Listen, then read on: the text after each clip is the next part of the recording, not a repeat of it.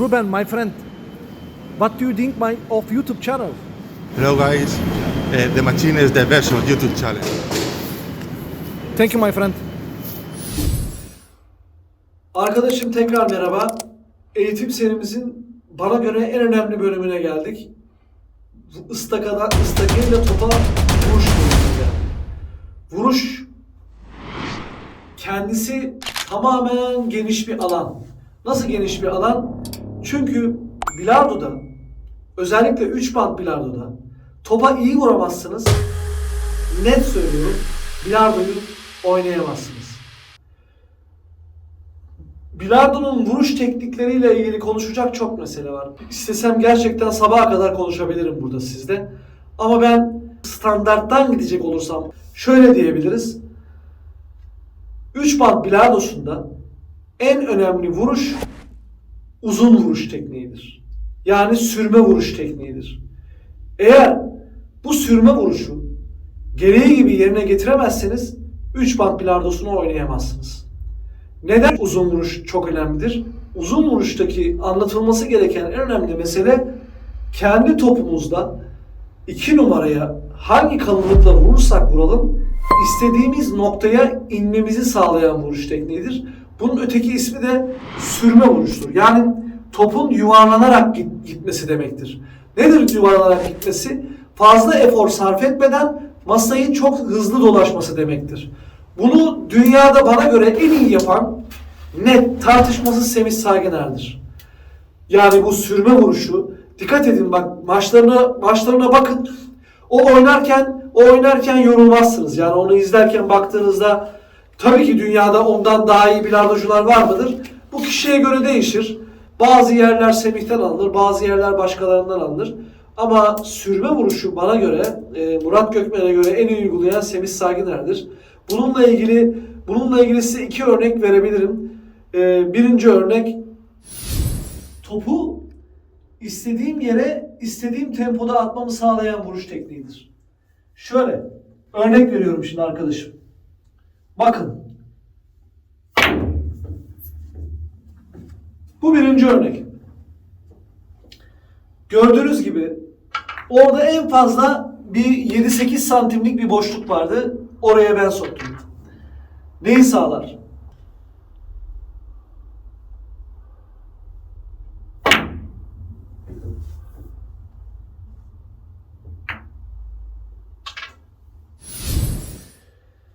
Örneklerde de gördüğünüz gibi birincisinde en fazla 10 santimlik bir boşluk vardı. Aslında 10 santimlik boşluk önemli değil arkadaşım. Asıl önemli olan ne biliyor musunuz? 2 numarayı oraya vurduktan sonra kendi topumuz dönüp onu tekrar pozisyona alma şeklini uzun vuruşla sağlıyorum. Sürme vuruşla sağlıyorum. Ve oradaki mesafeye sokuyorum 2 numarayı. İkinci numara örneğe gelirsek inanın oradaki boşluk 8 santim. 8 santimlik topu hem oraya sokacaksın, 2 numarayı istediğin yere yollayacaksın, kendin 1 numaraya, 3 numaraya özür dilerim, 3 numaraya istediğin tempoda ineceksin. İşte eğer doğru vuruş tekniğiyle bunu vurmazsanız bunu sağlayamazsınız. Bilardo oynayamazsınız. Bazı matematikçilere göre bilardo dünyanın en üç zor sporundan bir tanesi. Belki diyebilirsin izlerken, hadi ya neresi zor? Size bir şey söyleyeyim mi? Öteki spor dallarını saymak istemiyorum. Bu sefer belki arada tartışma olabilir, şu olabilir, bu olabilir. Onlara girmek istemiyorum. Ama takım sporlarında sizin hatanızı telafi edecek bir sürü takım arkadaşları var. Ama bilardoda bakın sadece dikdörtgen bir masa, 3 tane top, bir ıstaka var. Ve siz varsınız. Ve öyle bir durum ki bakın yattığımda ben topa fokuslandığımda rakibim benim elimden bunu alamıyor. Alamıyor ya da müdahale edemiyor. Ne demeye geliyorum? Ben tek başımayım. Benim anlatmak istediğim ne biliyor musunuz? Bilardo neden dünyanın en zor 3 tane spor arasına giriyor? Şundan dolayı. Ancak bunu bilardo oynamaya başlarsanız ve belirli bir seviyeye kadar gelirseniz o zaman benim dediğimi kulağınıza böyle bir küpe gibi takın. O zaman iyi anlayacaksınız.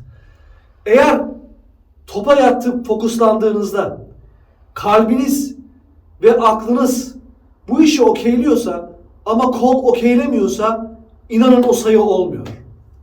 Yahut da kol okeyleyip, kalp okeyleyip ama akıl okeylemiyorsa bu sayı gene olmuyor. Ya o kadar mı usta? İnanın o kadar manyak bir spor bu spor. Dünyanın en zor sporu. Seviyorum ben bu sporu çünkü bırakamıyorum. Aşk gibi bir şey. Ama vurduğunuzda 3 tane veri, beyin, kol ve kalp üçü de aynı şeyi okeylemeli. İnanın eğer oradan yani şuradan bat çalmanız gerekiyorsa çalarsınız. Ama öteki türlü eğer şurada diyorsanız ki bu top bunun arkasından geçecek, geçer arkadaşım. Geçer. Beni şu anda bilardo oynayan çok iyi anlıyor. O yüzden bilardodaki vuruşu çok kaliteli yapmanız lazım. Bilardo ile vuruşla ilgili söyleyebileceğim şeyler şunlar şu anda.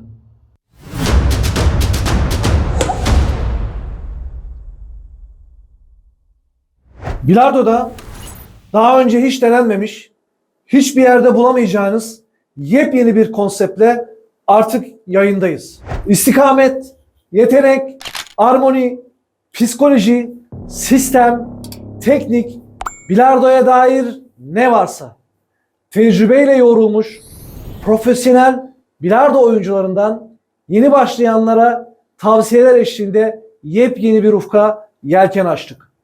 Bu yolculuğa hep birlikte beraber çıkıyoruz. Kanalımıza abone olup videolarımızı beğenebilir ve çevrenize tavsiye edebilirsiniz.